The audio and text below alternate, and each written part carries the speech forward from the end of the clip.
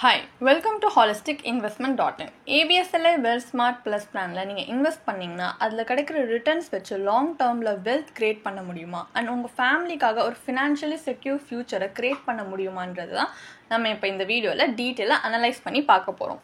So வாங்க நம்ம இப்போ வீடியோக்குள்ளே போகலாம். ஸோ இந்த பாலிசியை அனலைஸ் பண்ணுறதுக்கு முன்னாடி நம்ம இந்த பாலிசியை பற்றி ஃபஸ்ட்டு தெரிஞ்சுக்கலாம். ABSLI Wealth Smart Plus பிளான்ன்றது ஒரு யூனிட் லிங்க் நான் participating individual life insurance savings plan. So இதில் இருக்க சில கீ ஃபீச்சர்ஸ் என்ன அப்படின்னு நீங்கள் பார்த்தீங்கன்னா, இந்த பாலிசியில் 2 பிளான் ஆப்ஷன் இருக்குது. ஒன்று ஸ்மார்ட் லைஃப் ஆப்ஷன், இது உங்களுக்கு ஏஜ் 75 வரைக்கும் கவரேஜ் கிடைக்கும். அண்ட் ஹோல் லைஃப் ஆப்ஷன் ஒரு ஆப்ஷன் இருக்குது, அதில் ஏஜ் 100 வரைக்கும் கவரேஜ் கிடைக்கும். And policy administration charge and premium allocation charge ரெண்டுமே இதில் 0, எந்த விதமான சார்ஜஸ் கிடையாது. இது உங்கள் பாலிசிட்ட முழுக்கவே அவங்க சார்ஜ் பண்ண மாட்டாங்க.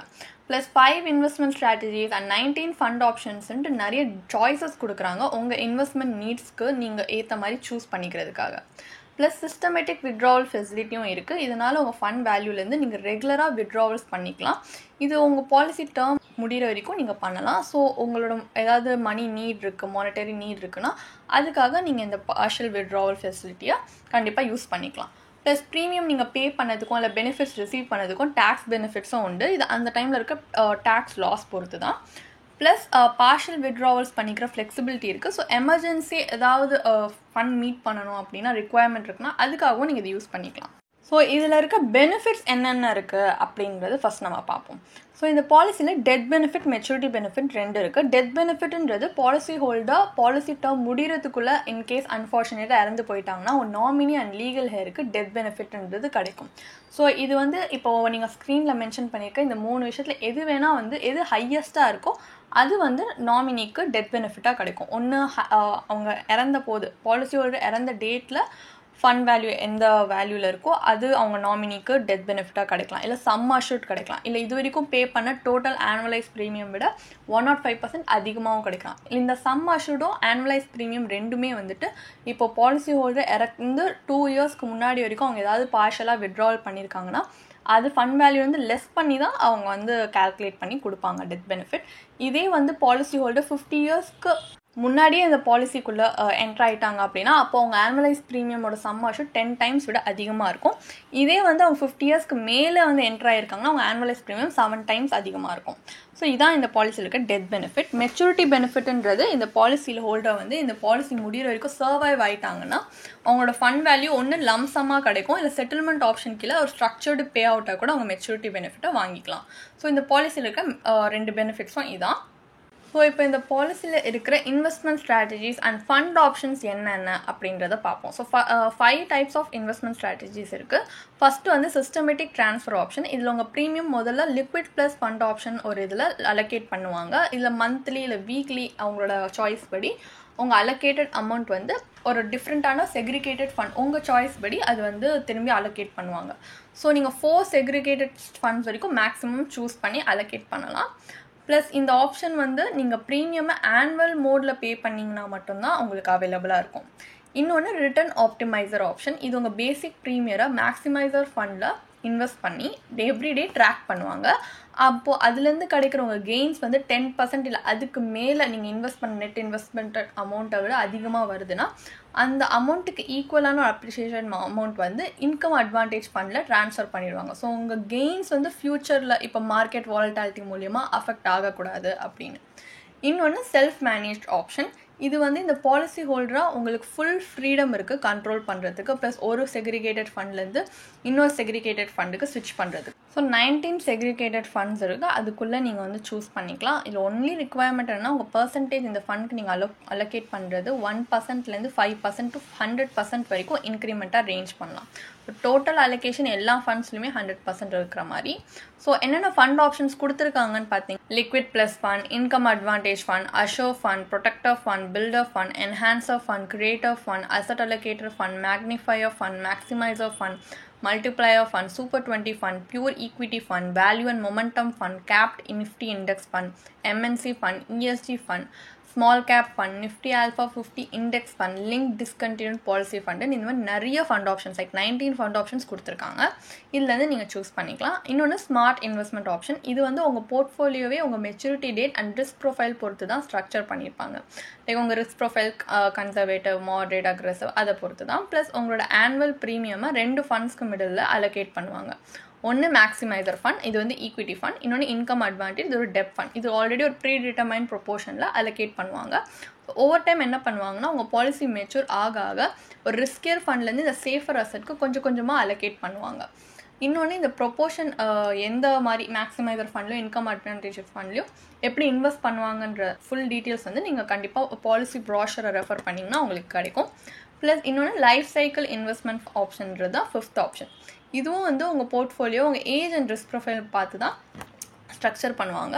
அண்ட் உங்கள் ஃபண்ட்ஸும் வந்து ஏஜ் ஆக ஆக ரிஸ்கியர் அசட்ஸ்லேருந்து சேஃபாக அசட்ஸ்க்கு கொஞ்சம் கொஞ்சமாக வந்து ப்ரோக்ரெசிவ்லி அலோகேட் ஷிஃப்ட் பண்ணிவிடுவாங்க. ஸோ உங்களோட ஆனுவலைஸ் ப்ரீமியமாக இதே மாதிரி தான் ஈக்விட்டி ஃபண்ட், மேக்ஸிமைசர் அண்ட் டெப்ட் ஃபண்ட், இன்கம் அட்வான்டேஜ் ஃபண்டில் ஆல்ரெடி இருக்கிற ஒரு ப்ரீ டிட்டர்மைன்ட் ஆப்ஷனில் ப்ரொபோர்ஷனில் உங்களோட ரிஸ்க் ப்ரொஃபைல் அண்ட் ஏஜ் பொறுத்து உங்கள் ப்ரீமியம் எவ்வளோ இன்வெஸ்ட் பண்ணிங்களோ அதுக்கேற்ற மாதிரி இது பண்ணுவாங்க. ஸோ இது எந்த மாதிரியான பர்சன்டேஜ் கொடுத்துருக்காங்கன்றதையும் நீங்கள் கண்டிப்பாக பாலிசி ப்ராஷரில் ரெஃபர் பண்ணி ஃபுல்லாக டீட்டெயிலாக பார்த்துக்கலாம். ஸோ நெக்ஸ்ட் வந்து இந்த பாலிசி கீழே என்னென்ன மாதிரியான சார்ஜஸ் இருக்குன்றதை நம்ம பார்ப்போம்.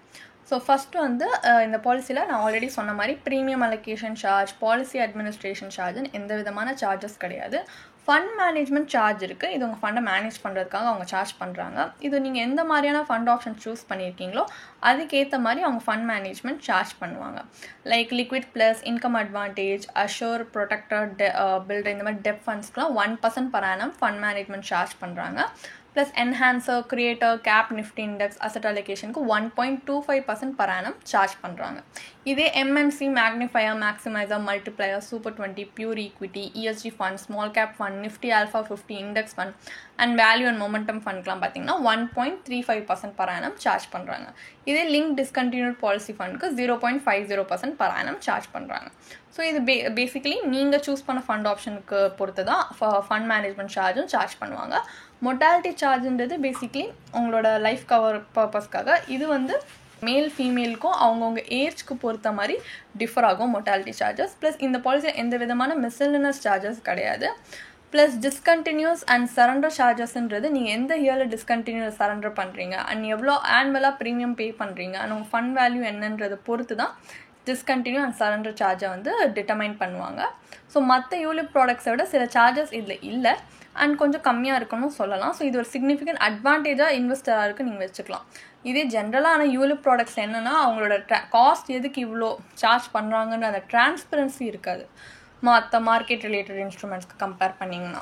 ஸோ இந்த ஃபேக்டர்ஸையும் நீங்கள் கன்சிடர் பண்ணி தான் இன்வெஸ்ட் பண்ணலாமான்றதை பார்க்கணும். நெக்ஸ்ட் இந்த பாலிசியில் இன்வெஸ்ட் பண்ணால் என்ன மாதிரியான அட்வான்டேஜஸ் இருக்குன்றதை பார்ப்போம். ஸோ நீங்கள் ஸ்விட்ச் பண்ணுறதுக்கான நம்பர் ஆஃப் ஸ்விட்சஸ் இருக்குன்னு லிமிட்டே கிடையாது.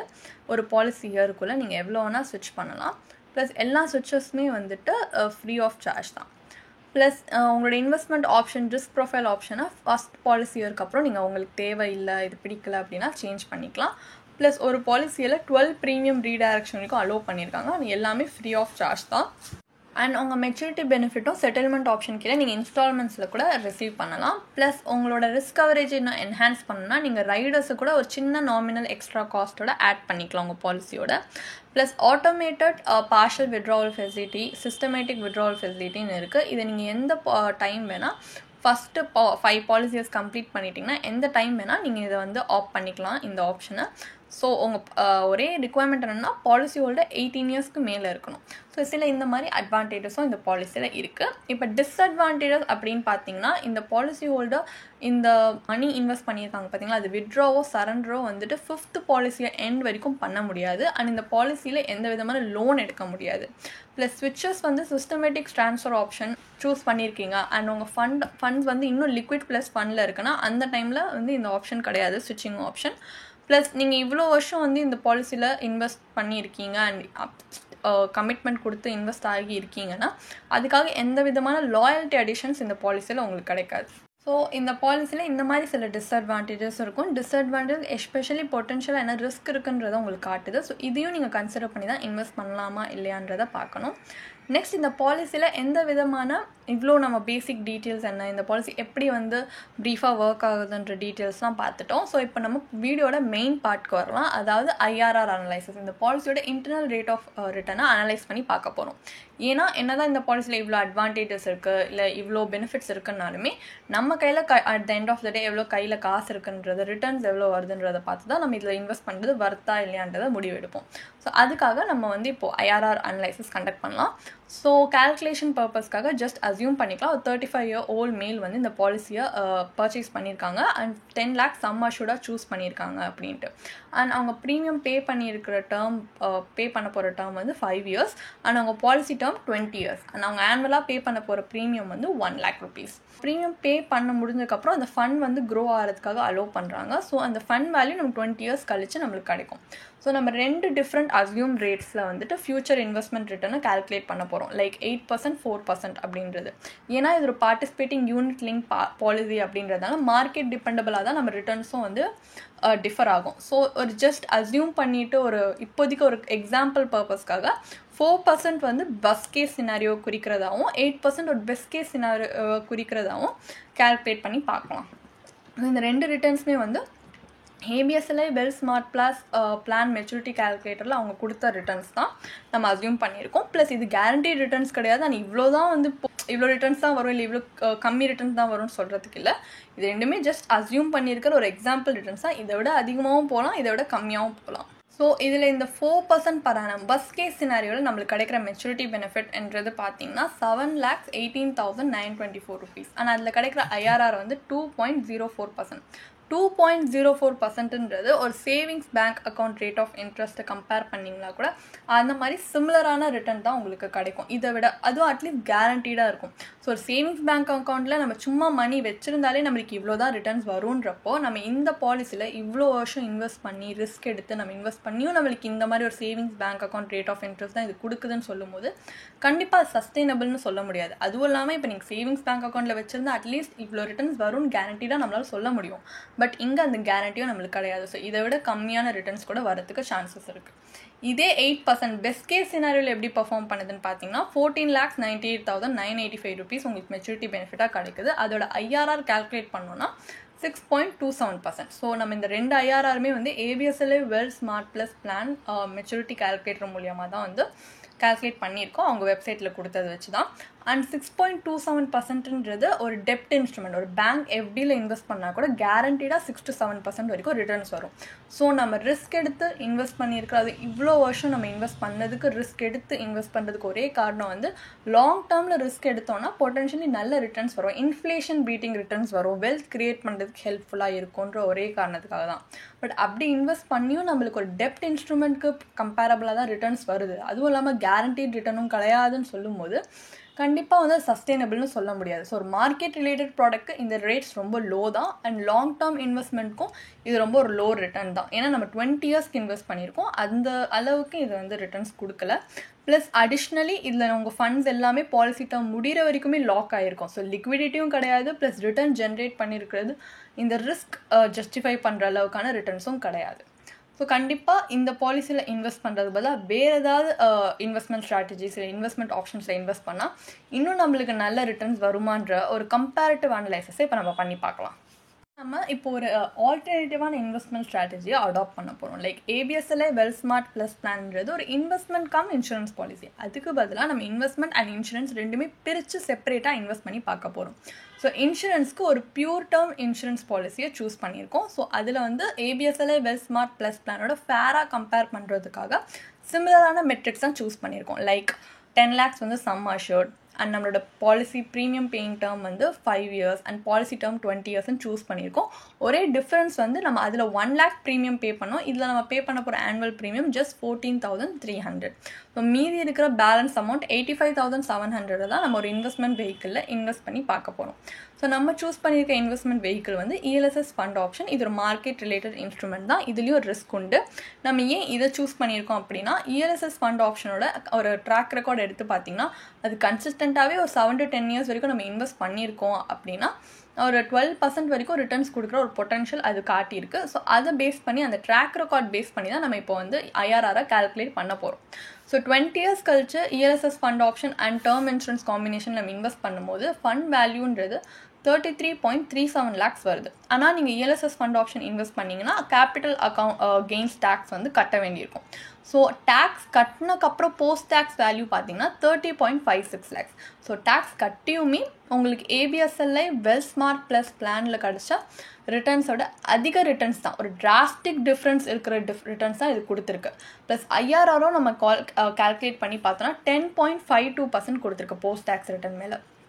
ஸோ இந்த இன்வெஸ்ட்மெண்ட் ஸ்ட்ராட்டஜியில் நம்மளுக்கு என்ன தெரியுதுன்னா 10.52% கண்டிப்பாக ஒரு இன்ஃப்ளேஷன் பீட்டிங் ரிட்டர்ன். ஸோ இதுலேருந்து உங்களுக்கு லிக்விடிட்டியும் வந்துட்டு பெனிஃபிட் பண்ணுறீங்க, ப்ளஸ் அதே நேரத்தில் இன்ஃப்ளேஷன் அவுட் பேஸ் பண்ணுற அளவுக்கு ரிட்டர்ன்ஸும் இதில் கிடைக்குது. ஸோ செப்பரேட்டாக இன்சூரன்ஸ் அண்ட் இன்வெஸ்ட்மெண்ட் வெஹிக்கிளை இன்வெஸ்ட் பண்ணும்போது பெட்டர் ரிட்டர்ன்ஸ் கிடைக்கிறதுக்கான ஆப்ஷனும் இருக்குது. அண்ட் உங்கள் ஃபினான்ஷியல் கோல்ஸை இன்னும் எஃபெக்டிவ்லி ரீச் பண்ணுறதுக்கு இது ஹெல்ப்பும் பண்ணுது இந்த ஸ்ட்ராட்டஜி. ஃபைனலாக ஏபிஎஸ்எல்ஐ வெல்ஸ்மார்ட் ப்ளஸ் பிளானில் இன்வெஸ்ட் பண்ணுறது வர்த்தா இல்லையா அப்படின்னு நம்ம பார்த்தோன்னா, ஒரு ஏபிஎஸ்எல்ஐ வெல்ஸ்மார்ட் ப்ளஸ் பிளானை எடுத்துக்கிட்டிங்கன்னா அது ஒரு டிப்பிக்கல் யூலிப் பிளான். இதில் உங்களுக்கு லைஃப் கவரும் கிடைக்குது, மார்க்கெட் லிங்க் இன்வெஸ்ட்மெண்ட் ஆப்பர்ச்சுனிட்டிஸும் கிடைக்குது.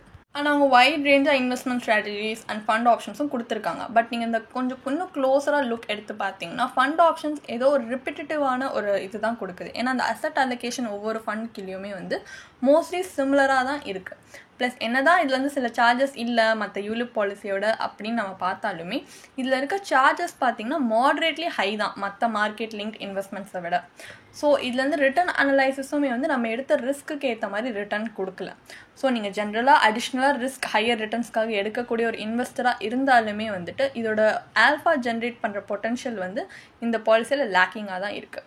ஸோ வெல்த் அக்யூமுலேட் பண்ணவோ இல்லை வந்து ஒரு ஃபினான்ஷியலி செக்யூர் ஃபியூச்சர் க்ரியேட் பண்ணவோ இதை நம்மளுக்கு ஹெல்ப் பண்ணலை.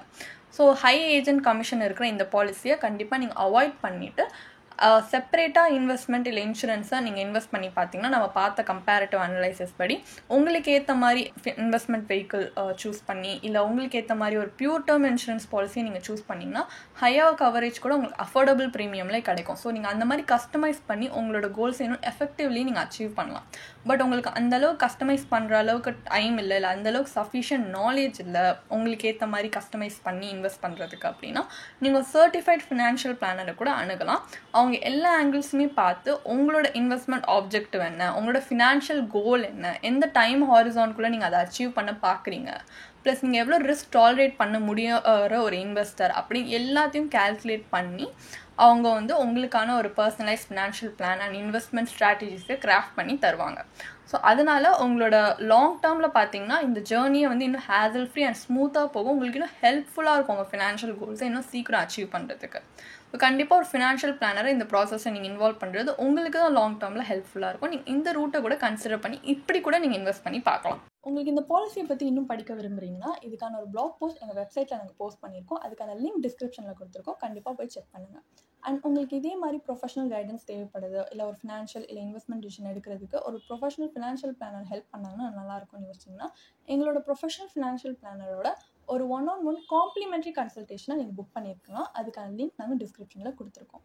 ப்ளஸ் நாங்கள் ரெகுலராக ஃப்ரீயாகவே லைவ் வெபினார்ஸ் கண்டக்ட் பண்ணுறோம். இந்த வெபினார்ஸில் நீங்கள் வந்து இன்வெஸ்ட்மெண்ட் இல்லை ஃபினான்ஷியல் இன்சைட்ஸை இந்த ஃபினான்ஸ் இண்டஸ்ட்ரியோட லீடிங் எக்ஸ்பர்ட்ஸ் மூலியமாகவே டேரெக்டாக கற்றுக்கலாம். ஸோ அதுக்கான ரெஜிஸ்ட்ரேஷன் லிங்க்கும் நாங்கள் டிஸ்கிரிப்ஷனில் கொடுத்துருக்கோம். உங்களுக்கு இந்த வீடியோ பிடிச்சிருந்துச்சுன்னா கண்டிப்பாக லைக் பண்ணுங்கள், சப்ஸ்கிரைப் பண்ணுங்கள். ஸோ நாங்கள் இன்னும் நிறைய ஃபினான்ஷியலி பெனிஃபிஷியல் கண்டென்ட்டோட உங்களை திரும்பி நெக்ஸ்ட் வீடியோவில் சந்திக்கிறோம். ஸோ இந்த வீடியோ பார்த்ததற்கு மிக்க நன்றி.